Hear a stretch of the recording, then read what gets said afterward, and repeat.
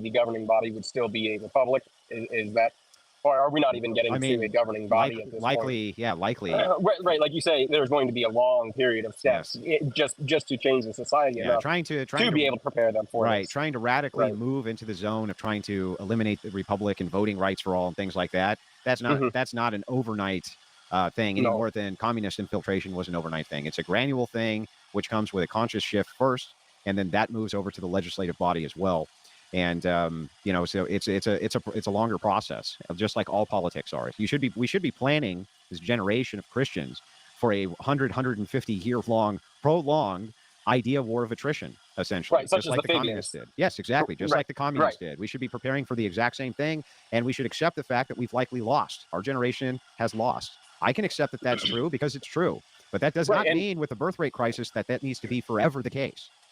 As we know, the Fabian Society first attacked the education system, and they infiltrated the colleges and then on down to the elementary schools and so forth. The younger they could get them, younger the indoctrination, the better, right? So, as Christians, how do you see us doing this? Because I see it as homeschooling. Keeping them inside the home, keeping their values close to family and close to the church, but also instilling in them a duty, and that their duty is to go to where these large systems are and begin to subvert them. That is their job. They are a subversion element, and that should be instilled as a duty. And in fact, you had told me that I think Andrew, you were the one that brought this to mind for me. That I was unaware that my children would be able to participate in their local school activities such as sports and whatnot, because we pay the taxes for them. So whatever your local school is, they can go and contribute or participate in them. So that's an excellent way. Be very careful when you select things, but I've never heard that that's the case. So that's good news. That is the case. Yes, yes it is, because my wife had investigated that, and that is the case. So that is an excellent way to take your teachings and the teachings of the church and put them right into the public education system and right next to these children who are their peers. Right. You can participate, right, because you're already funding it, but you don't have to be a part of it. You don't have, you know what I mean? You don't have to allow the indoctrination to flow, but you can still get the things and the activities out so your kids aren't little weirdos or whatever they want to fucking call them. You know what I mean? Right.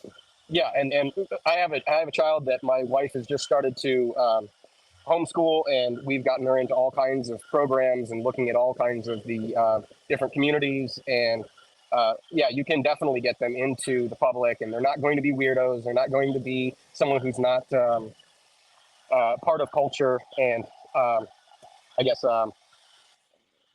participating in. Now, remember that the only reason, though, that those things are allowable is because the people who came before, who fought for the ability to homeschool, literally demanded that those things be present. So like we kind of owe them a debt of gratitude for doing that. And that is a way in which we can kind of point to how you can gradually shift the culture so that people like you are enabled to live their values better.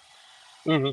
Yeah. So what you're saying is the first steps are to increase the birth rate and raise them as Christians and homeschool them and keep them away from these indoctrination centers.